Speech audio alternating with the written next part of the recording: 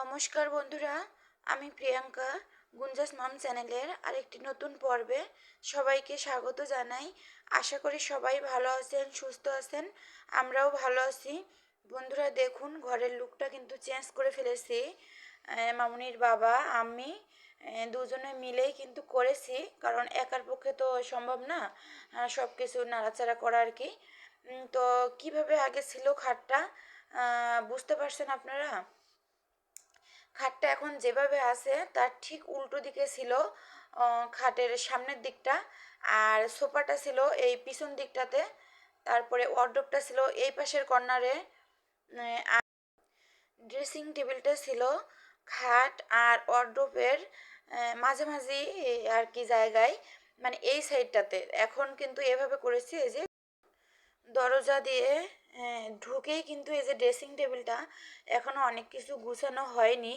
তো তার মধ্যখানে ভিডিওটা করেই ফেললাম। আর তার সাথে হচ্ছে খাট। এইখানটা কিন্তু অনেকটাই কম জায়গা আছে, তবে আমাদের কাজ চালানো যাবে। ওই পাশে যে বড় পাল্লাটা ওয়ার্ড্রোবের, ওইটা তো সবসময় খোলা হয় না। ওর ভিতরে কাঁথা কম্বল এগুলো, তারপরে ব্ল্যাঙ্কেট মানে পাতলা কম্বলগুলো, তারপরে বড় কম্বল এগুলাই, কাঁথা, তারপরে শীতের জিনিসপত্র এগুলো আছে। আর এই পাশের ওয়ার্ড্রোবের পাল্লাগুলো তো মানে যে ড্রয়ারগুলো যেগুলো, এগুলো তো সুন্দর মতোই খোলা যাবে, সমস্যা হবে না। বেশ এক হাতের মতোই কিন্তু জায়গা আছে মধ্যখানে। একটু কম হয়ে গেছে, কি করার যাবে। টিভিটা যেহেতু রুমেই থাকে, তো সেহেতু সোফাটা রুমেই রাখার ইচ্ছা আমার মামুনির বাবার। যে টিভি দেখবো সোফাতে বসে বসে এরকম, তবে উল্টো হয়ে গেছে। টিভিটা কিন্তু ওয়ালের গায়ে সেট করতে হবে, তাহলেই সোফায় বসে দেখা যাবে, খাটে বসেও দেখা যাবে। এখন এ অবস্থায় আছে আর কি। আর এভাবে রাখাতে কিন্তু মানে দরজা থেকে খাটের এই পাশটা দেখতে পাচ্ছেন, সোফার সামনে অনেকটা জায়গা বেরিয়েছে, অনেকটা অনেকটা চওড়া জায়গা বেরিয়েছে। সোফার সামনে একটা টি টেবিল দেওয়া হবে, এখনো কেনা হয়নি। তো তারপরেও অনেকটা জায়গায় থাকবে চওড়া করে। দেখতে পাচ্ছেন পুরো রুমটা আমি এখন দেখিয়ে দিচ্ছি, এরকমভাবে আছে। আর এটা তো ডাইনিং, কি আর দেখাবো। এটা হচ্ছে আমাদের ঢোকার মেইন দরজা, আবার একটু দেখিয়ে দিচ্ছি আর কি। বন্ধুরা আজকের ভিডিওটি কিন্তু অনেক ছোটই। যারা ভিডিওটি অলরেডি দেখা শুরু করেছেন, একটি লাইকও করেননি, প্লিজ একটি লাইক করে তারপর ভিডিওটি কন্টিনিউ করুন।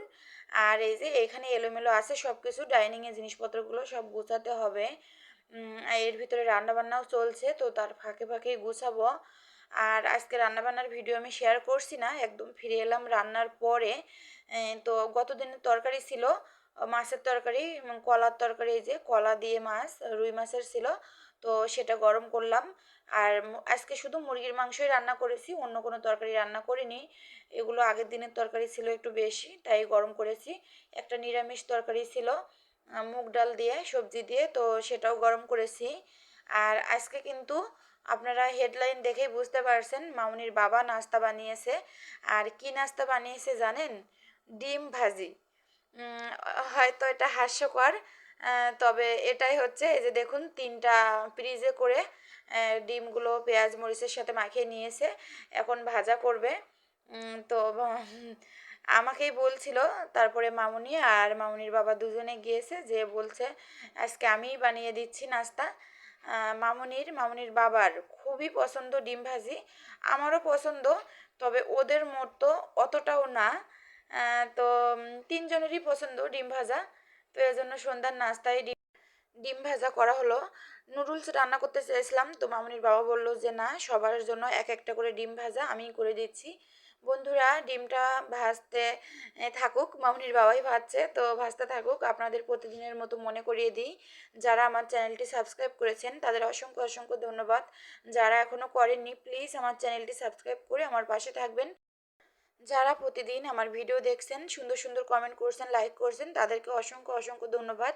আর আমার মেয়েটা দেখুন, মুখে কিন্তু কলমের কালি লাগিয়েছে, নাকের মধ্যখানে, তারপরে হচ্ছে এপাশে ওপাশে, মুখের সব জায়গাতেই লাগিয়েছে। এখন 3জন বসে পড়েছি এই যে পাটির উপরে, এখন খাওয়া দাওয়াটা করব। আর ভিডিওটা এখানেই শেষ করব। সবাই ভালো থাকবেন, সুস্থ থাকবেন, দেখা হবে আগামী পর্বে।